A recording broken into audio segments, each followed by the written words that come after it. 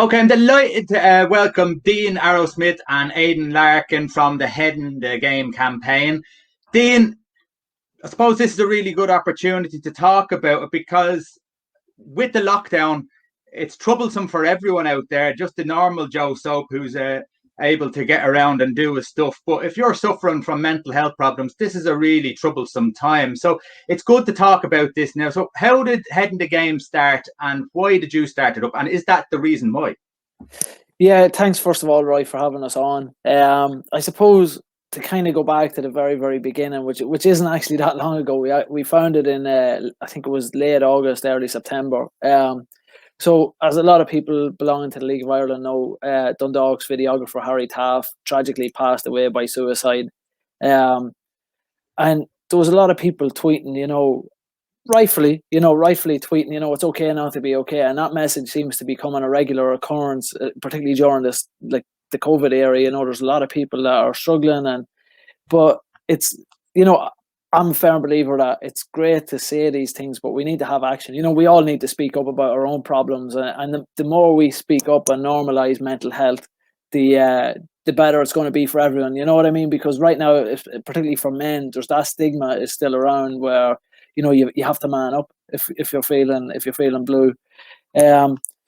So when I saw that, I kind of put a call to arms, as Aidan knows only too well because we've been on a couple of different committees together. But I put a call to arms out on social media, and Aidan was one of the first to answer. And we set up a WhatsApp group with four other lads, all from Dundalk, all Dundalk FC supporters. And we said, look at lads, we need to do something here. We can't just be going around tweeting it's okay not to be okay. We have to try and make a change from it. And I think it was the day after Harry passed away, I wrote a poem called The Floodlights. It took me about 25, 30 minutes to write it. Sent it into the lads in the group chat. I said, let me know what you think, lads. Like, we should maybe get a video or something out. Let me know what you think of the poem. And the lads all said, thankfully, they said it was very, very good. So we got to work on getting supporters from different clubs. Aidan was he was the B-list star we got from Dundalk to take part in the video. But we had members from supporters from different clubs. We had James McLean took part in it. Andy Reid actually read the very first line. The former Republic of Ireland international. Megan Campbell from the ladies' side. So we had quite a extensive cast of people that would say a line of the poem and put it out. We set up social media channels, put that video out, and I think within a week, and Aidan, you correct me if I'm wrong, I think we had 250,000 views of that video alone. And we were kind of we felt straight away, we're on to something. We felt like this is a conversation that's needed to be had, and we're on to something. And once that video went out, it's all kind of grown legs. And I'll let Aidan maybe take over a little bit from what's happened after Christmas with some of the stuff we've done. But as I say, we weren't expecting it to go the way it was. But I mean, it's fantastic, because there's a lot more people talking about mental health. Yeah. Aidan, why did you get involved? Obviously, the poem went out. I don't know how many poems he writes to you, but why did this one hit the heartstrings? And I suppose, 250,000 is nearly a seal of approval. Listen, lads, you have to go for it, So you had to go with that. But why did you? And what about mental health issues between the two? Is let Aidan go first. Have you had any mental health issues, or have you had low times yourself? Yeah, look, I'll kind of rewind it back a bit there, kind of from the start, maybe when Dean kind of got involved.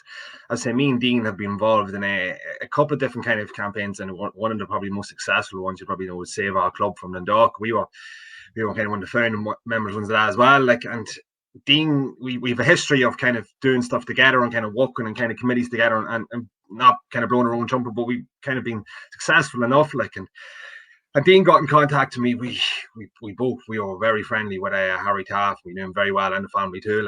And you can kind of see he was getting in contact with me and then asking, and we kind of see across the spectrum. You can see social media. You can see things like the mental health issues, especially with COVID and all, and the mental health issues amongst everybody. It was spiraling out of control. And me personally as well, and I know a few other people and all, League of Ireland game nights and all was a getaway from everything. Like you get to see people, you get to interact, you get to socialise, like, and it was great. It was great for your mental health just to kind of forget it for that 90 minutes. That game's going on, you're having a crack, you're having enjoying the games and that. Like, and games are a lot easier the last couple of years over with Dundalk, so it made it that bit easier as well. But okay, the last couple of games we not mention them, we won't. But yeah, so like kind of there was.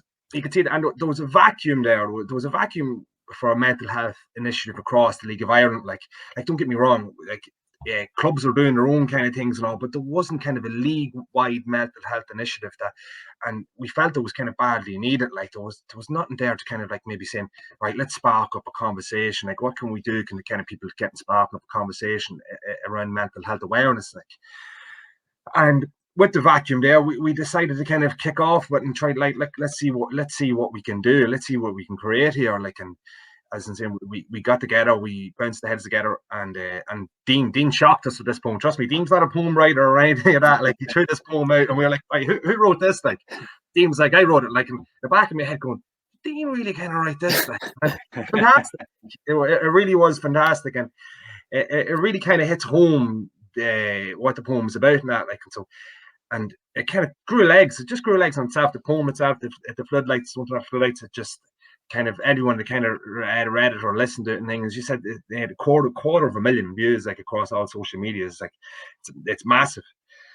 And yeah, ever since then, and now thankfully we officially started the committee we did before Christmas. Your own pal Nathan Doyle there was involved with it, like, and fantastic lad, fantastic. He's our actually our mental health and wellbeing officer on the committee, like, and that was one of the kind of important things that we found that we needed. Like every committee, you have your standard chairman, vice man, treasurers, and all, and we said like with being a mental health kind of advocacy group, we have to have a promotion of mental health within our own committee as well. So we decided to kind of maybe break the mold a wee bit and have a mental health wellbeing officer within our committee. And Nathan's doing that. Fantastic job he's doing. He's only after finishing a 6-week course with some PATs as well, fitness and wellness nutrition course. And yeah, with this same there, PATs, like that's another initiative that's after starting up as well. Like as we said, Derry's after starting up another one, and so is Shelbourne. Again, the clubs are starting to kind of do things themselves, but as we said, we need a league one for everyone, like for fans, players, referees, coaches, anyone involved with the League of Ireland. And now we're spreading now to the Women's National League as well, which is fantastic. And we hope to keep on spreading. Like we just don't want to nail down just with a kind of saying the League of Ireland and the Women's National League as well. We want to kind of go down the grassroots then as well, like any kind of all local kind of soccer clubs, from youths, from everything down to the grassroots. You want to start kind of hitting home, and then again, that's down the line. But at the start, we will eventually be getting down and reaching down to everyone. We will, like. Just on that, an article was out there, I think it's the Irish Times. Peterhouse says, we've been seeing an increase in demand for services for sure. We have 25% increased calls and texts between December 19 and December 2020. So that's doubled in size. Spunout.ie said that there's a 24/7 crisis line and for 35 and under, and it's increased by 10% in those times as well. And the ISPCC have also provided a 24/7 line for kids, and there's 35 children a week talking about suicide on that. So it's obviously out there, but how many times do you have that conversation sitting in your sitting room, or how many times do you meet someone in the park and start talking about how your mental health is? You normally say, how's the body? You know, so that's never there, you know. So as I said, Dean, have you, again, I'll go back to Dean, have you had problems with your mental health? Has there been times where you've struggled with it? Is that why it struck a chord? Yeah, so I don't know if I would have ever before this categorized that I had issues with mental health, but I used to be the kit man with the Dundalk FC, and just after the Save Our Club stuff that myself and Aidan done, I was actually supposed to be Stephen Kenny's kit man at the Dundalk FC whenever he first got the job, and that was after I think 4.5 years of working at the club, and it didn't work out for various reasons, and I took that time very hard, and done some stuff I probably shouldn't have done at the time, you know what I mean? And it's only when you look back on it now, it's particularly with all the work we're doing on mental health, you actually see, well, I was struggling there. You know what I mean? Some of the things I was doing was a cry for help. But I suppose where my kind of grow for helping people with mental health, or kind of advocating for mental health, is my uncle was an avid runner in Dundalk. Andy Califf was his name. He passed away by suicide in March 2017. And he would very, very much like Harry Taff. My uncle Andy would have been larger than life, the nicest fella you'd meet, who'd go out and help everybody, but he was struggling internally that nobody knew anything about it, you know. And again, it goes back to what I said at the beginning: is I think us as men, and even just as Irish society in general, we bottle everything up. I think the biggest part of heading the game, and why we're kind of angling towards supporters and people involved in League of Ireland, is that we're the people, you know, we're the people that don't open up. We're the people that say, oh, I'm grand, and then you soak it down with a few pints and you forget about your troubles. But that's only a short-term fix, or it might not fix it at all. You know, it makes things worse sometimes.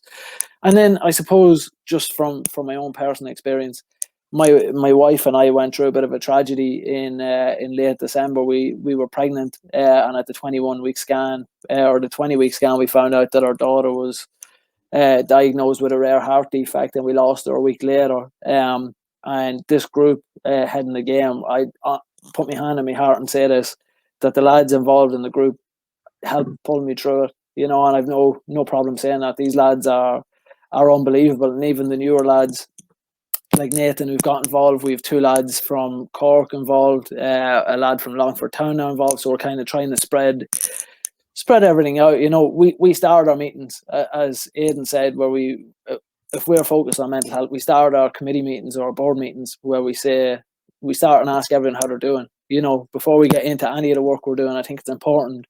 And everybody, and myself included, we're all a little bit kind of edgy at the beginning to say it, but I think by the end of it, by the time it gets through everybody, we're a little bit more comfortable with each other, and it's all about just starting the conversation. I think that's our main MO with the committee, is trying to get people to talk about the problems, because as the saying it goes in Ireland, you know, a problem shared is a problem halved. You know what I mean? So if we can share our problems, we can help each other come up with solutions. Yeah, we'll come back to the actual mental health part, because there's still a lot to say about that. But Aidan, I suppose the big story that people will have heard of before we go backwards is that the Drogheda United's ground was renamed Heading the Game Park. So how did that conversation start? Yeah, Jesus, we that caught us by surprise. We're not going to kind of saying like kind of knew that we kind of knew. It really caught us by surprise. We weren't expecting it. One of our committee members, Stephen Todd, he got a call from Joanna Bone. Not Joanna Bone. He got a call from, I think it was Conor Hyde, right? I believe so. Yeah. Conor from Drogheda, that a local council. Well, start off that I was with Drogheda. We're running a kind of a draw for someone to win to rename their stadium, and a local councillor happened when Sinn Féin councillor Joanna Byrne, and she suggested to Drogheda, could she rename it Heading the Game Park? She obviously knew about our initiative, she knew about our campaign and what we were all about, we wanted to do, and so she wanted to rename it Heading the Game Park. And Conor Wright from Drogheda, fair play to him, fantastic lad, now he's been doing great work for us, like, and so he got in contact with one of our lads, Stephen Todd, and was saying that, look, there was a local councillor after winning the competition, and she wants to rename it Heading the Game Park, and would be allowed. Like, oh, Jesus, we jumped at it with both hands. Like, there was not a chance we could refuse that. And ever since then, it just blew it out of the water. Like, and as much as I say, we are Dundalk lads, or Dundalk lads true and true and all. Like, and so we see Drogheda taking the lead and doing more than any club has done so far for us. It's fantastic. Like, and we were chatting, like, mental health doesn't have any rivalries. Like, when it comes to stuff like that, mental health, no way does have any rivalries. There's no borders, no nothing with it. And it's just fantastic to see the Drogheda leading the way with the mental health initiatives and renaming Heading the Game Park. And it's fantastic. Every game night, the last three weekends now, game nights, you see it now all over social media, all over the newspapers now. Drogheda playing and Heading the Game Park, our name there, our creating more awareness around our campaign, which is just something that we never thought, we never predicted that something like this would happen, that we never envisaged it. Like, and it's fantastic. And as I said, it totally caught us off guard. Like we never thought that we'd get this opportunity to have a ground renamed after us, and then for everything just to take off from there. Like it was fantastic. And I said, it was amazing. It was amazing for me just to hear in the first game against Waterford, we're here at Head in the Game Park, you know, and it kind of just made it real then. That no, it actually is Head in the Game Park. So I thought that was fantastic.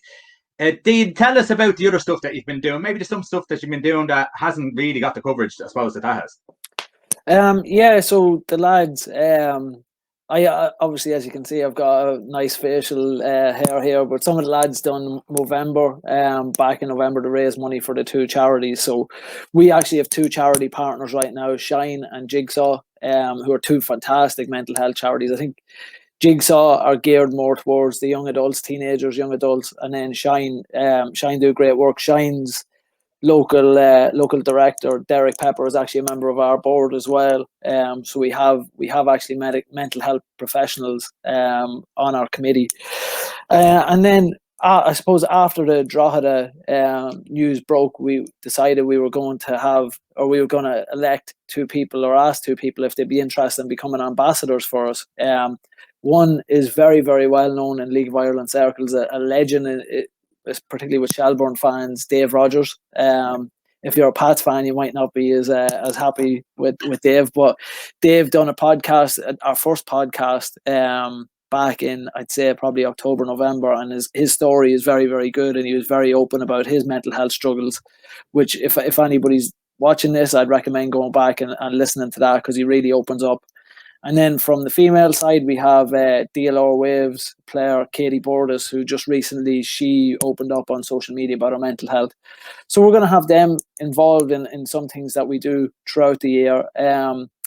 We are hoping, we're working right now behind the scenes to do something, fingers crossed, within the League of Ireland Women's National League in May for Mental Health Awareness Month. And then at the minute, and Aidan will tell you, we've got a million ideas floating around in our group chat, but we're trying to just keep the train on the tracks and just kind of refocus ourselves, because since the Drogheda United news, it's been a whirlwind for us. You know, that has really legitimized what we're trying to do and got our name out there. And we're not just a group of lads on a WhatsApp anymore now. We're actually what I believe is a leading campaign, and I honestly feel we've kind of struck lightning here with this. I think this is a campaign that can grow legs and can be something that can keep going for years to come.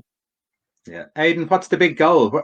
What do you seek? As you know, you're going, as you said, you're working your way through the clubs, and you've probably got a bigger goal than you actually thought you were going to get when Drogheda stepped up to the plate. So that's great. But what is the big goal overall?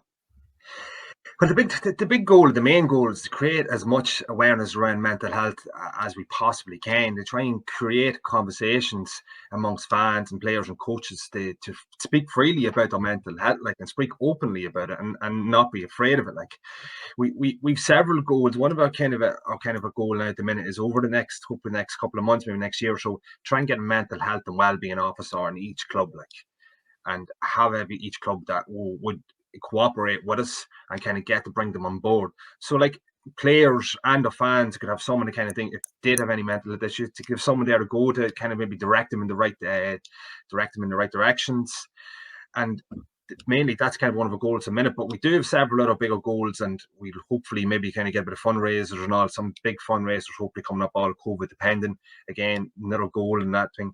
But as I say, our main goal is to create as much mental health awareness amongst the League of Ireland fans, players, staff, coaches, and everything. Try and create and try and spark that conversation to break down the barriers around mental health, like, and to try and create us as lads, to try and get us talking. Yeah. That's one of our biggest goals. I think that's a goal again of any mental health campaign or any kind of mental health initiatives. Like, it'd be fantastic if all the schoolboy and schoolgirl, but all the clubs got a mental health officer within the club, just to help out, for someone to go and just feel comfortable to have a talk and start it off. I think one of the biggest problems, though, is that in our country, the charities are leading the campaign for mental health. That's where we all touch base with, and the government really aren't putting, their first foot forward here. You will see a government minister come out and he'll listen, we're giving 10 million to health here. He'll give a big press conference. He'll tell you how great he's doing and how much this is going to help. I suppose it's a bit like Shamrock Rovers coming out and telling, Stephen Bradley, listen, we're going to up your budget this year. It's going to be fantastic. Come on, Stephen, we'll come down for this press conference. We'll sit in the press conference, tell him how much we're backing him, and then tell him that he's going to get a tenner added on to his budget, So they haven't stepped up to the plate. My partner has mental health issues. She goes and gets treatment, treatment medication. She helps with her anxiety and stuff like that. But it's very poor, and this is through the main the state sort of funded down in Ballyfermot, and a lot of the time there is. I'll give you one story where she was looking to get CBT, help. So it's a way of helping yourself cope. It's a coping mechanism with your anxiety and what have you. So she was starting to get that kind of treatment. The woman that was in there, the therapist, she got pregnant and she had to take her maternity.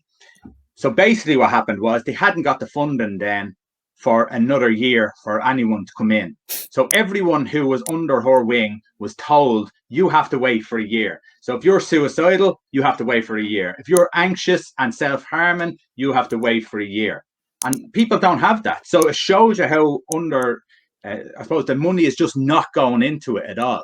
And that's only one story. I could tell you a million stories. The problem is that we can help Peterhouse, we can help Jigsaw, etc. But we need the government to step up.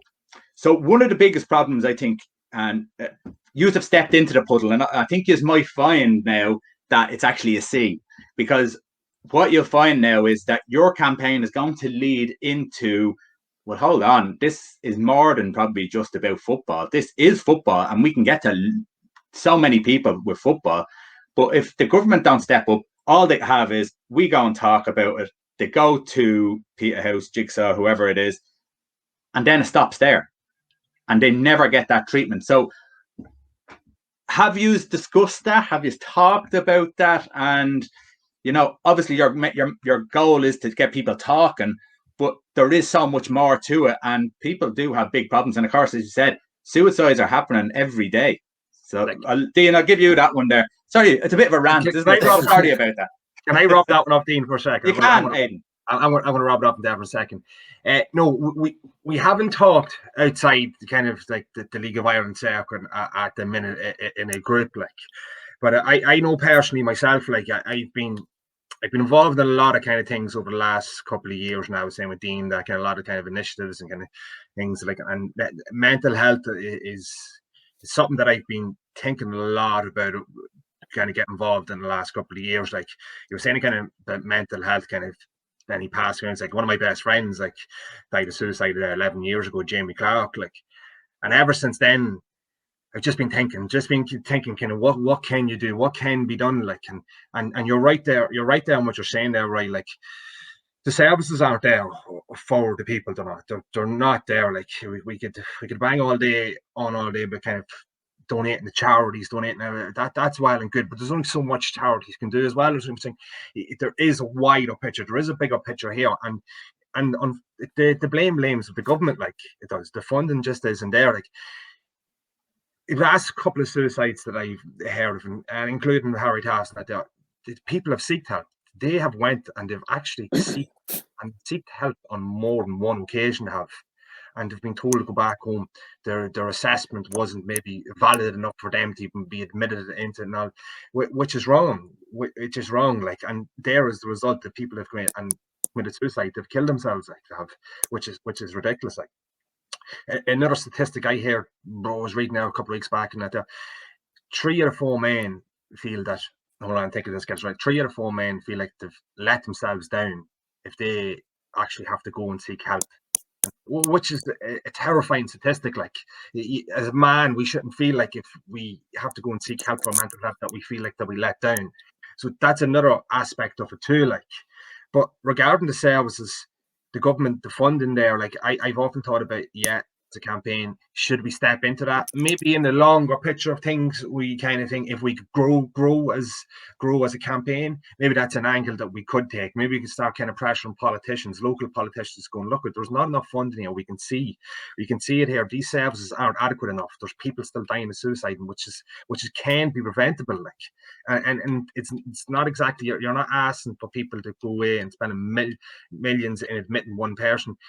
Have psychiatrists available in centres, have more of them available there, have more centres available there that we can have drop-ins, talk to people and all. I was chatting to a coach, a youth coach, it's about 3 years ago now it is, and we were at a funeral of a player in Dundalk who committed suicide, and we were at the funeral and we were just talking about mental health. We're like, where do you go with this? Like, he says, how can we start kind of like trying to prevent this from happening? And he's a youth coach, he is, and he actually said to me, he goes, look, he says, it's something should be done in the schools, like something should be promoted in schools where from a young age, like we have sexual education to look after people, young people and that there. It's time to start looking into maybe having mental health classes in primary schools, having them talking, having them looking out for, when do you have a mental health issue? When should you be able to identify it? And you shouldn't be afraid to talk about it if you have a mental health issue. That is a long-term thing. Short-term, yes, we need to do something as well, but that's a long-term thing that we could start doing that. Start teaching young kids that it's okay to be not feel well mentally. We all know what to do when we're sick physically. We go to the doctors and that there. But when you're not feeling well mentally, and it's easy to say that too, but it's how to be able to identify it. How to be able to identify that is as a young child. They don't know if they're feeling depressed or not, because no one's ever sat them down and going, look, here's what depression is. Here's how, if you're not feeling well mentally, here's what you do. But no one's ever sat any kids down right now or told them in school or anything, taught them what to do, how to identify it, where do you go to if you're not feeling well, how to communicate yourself to another person to tell them that, look, I'm feeling sad or I'm not feeling well mentally. And something like that needs to be started from the bottom up. Again, that's a long-term thing, but yeah, it's stuff like that needs to be done. And will we go into it? I don't know, but at the minute, we haven't really chatted about it. But as I said, there's lots of things I was thinking about it a long time myself, as personally, kind of, I have thought about it. But at the minute, we'll walk before we can run, like. But it's no, and that's definite. And I mean, getting into the football clubs first, obviously football, we all communicate through football, which is logical for a lot of us. But then you go through, as you said, the clubs as well, the smaller clubs, and then you're feeding into the mainstream anyhow. So it seems that the path is there, that's where it's going to go, and that's where you're going to push. And the fact that we're talking, the fact that Drogheda have named the stadium, it means that campaign is there. And I think it's fantastic. I think it's wonderful that you have decided to go about this. It's not just something that it's to take the boredom away. This is something that has meaning behind it, and I'm delighted that you are doing it. And I think a lot of other people will be, and 250,000 people viewing that says it all to me. So yeah, no, absolutely brilliant. Dean, Umbral, teaser, talk about it. Yeah, before I talk about that, I actually want to kind of just go back real quick about I thought it was very kind of profound that you brought up about schoolboy clubs and stuff like that. So our primary focus right now is the League of Ireland and kind of cracking that before we go down. But we are actually, we've realised from people who've reached out to us that this is something that's more important in the wider public. So one thing that we're doing, I'm obviously based out here in the USA, where I've had, my teams have been back playing since May, albeit we've been playing in a bubble where we're only playing among ourselves, but we've been back training and playing since May. So I'm using some of what I've learned from then. And in the next couple of weeks, we're going to do a presentation for coaches back in Ireland on just kind of things to look out for, with the kids as they come back. I mean, 90% of kids are going to come back like caged animals and they can't wait to get out on the pitch, but you're going to have 10% that probably have, are a little bit more withdrawn and stuff. And it's to be able to give coaches that the tools or some tools necessary to be able to identify that, how we can integrate those players back into it. So we are working a little bit on, like, we're working towards the grassroots, and that's kind of going to be our first thing that we do. And yeah, we with regards to the Umbral news, so we have some big news coming out with Umbral on March 14th. We've been working with them since November on something that we think is big, and we hope it leads to a lot of publicity, similar to the Drogheda United news, similar to the poem when we launched that. And that's pretty much all I can say on that one for now. That's all. April 14th, I hope it is. It was March 14th. And we, oh yeah, April 14th. Sorry, yeah, sorry. We're on the getting excited. Contract to say nothing. Okay, but we're looking forward to seeing that, because I think now people are going to be looking out to see actually what the campaign is bringing along. So as many people out there, I would ask as many people out there who can help with your campaign to help with the campaign, because it's I think before people used to think of mental health as people who were a little bit nuts, and that's just not the way it is. You know, people have stresses and anxiousness that they just can't deal with, and they need help to be able to deal with it. Some people can deal with it and hide it and suppress it, and long term then it might catch up on them, but some people just can't deal with it at all, and of course that gets immediate reactions and implications to that. So we need it out there. It's not just that thing of you know, she's mad, he's mad, you know, I've heard mad things about that one. You know, it's not that anymore. It's, we know that, just like, as we said, I know everyone keeps saying it, but just like your broken leg or all that sort of stuff, you do have moments. And mental health isn't just, there's Roy over there, he has mental health issues. It might be, there's Roy over there. Roy is normally sound of mind, but the last year he's had so much to deal with. His mental health is suffering, you know, and people have to recognize that mental health isn't just an illness that is a permanent thing. It is for some people, don't get me wrong, but sometimes people are temporarily suffering with their mental health, and that could go either way for them. So people need to recognize that your mental health is there for everyone. Everyone suffers with mental health. Absolutely. Okay. I think, sorry, Roy, can I just jump in there? I think just one thing that's important to point out to people is, you know, it's not just suicidal is not just what mental health issues are. You know, you've got people who suffer from addiction. You know, you've got people who suffer from bipolar disorder. You've got there's so much more to this than just being, well, he's depressed over there or he committed suicide. And it's just, I mean, we're kind of wrap up from my point is we're delighted to be able, and we're delighted that we've been able to come up with this campaign, and it's resonated with so many people.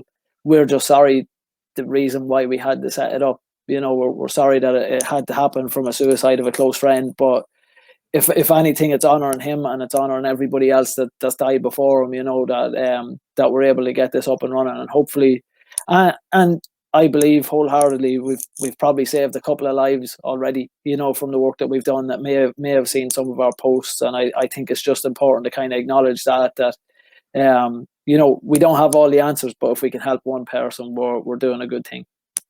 No, Aidan, Dean, and the rest of the Head in the Game campaign crew, I thank you very much. I presume there's loads of people out there who would love to thank you very much. So if you're looking to thank the lads, go and support them in everything they do. Get onto their Facebook page, get onto their social media, follow, get other people to follow, and let's work together to make this really, really special. Okay, lads, thanks very much for your time. It's been brilliant, and the best of luck for the year.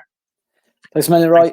Just before you go there, right, just one last thing. Just look, if anyone is struggling at the minute or anything out there, like, don't be afraid to drop us a mail on any of our social media channels or anything like that. And look, as we said, we're not experts. If you want to chat with us, no problem. We'll chat. There's several of us there on social media channels, and if you want it, we can point you in the right direction as well.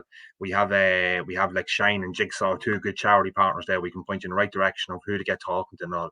So I'm saying, like, if anyone is struggling out there at the minute, I know times a lot of people are struggling. Don't be afraid. You can drop us a line there on any of our social medias on Facebook, Instagram, or Twitter, or anything like that. And don't be afraid that we will chat. We'll try our best to help you out, and we'll point you in the right direction and lead you in the right way. We will. So, follow Head in the Game campaign. Thanks, lads. Thanks very much, Roy. That's right.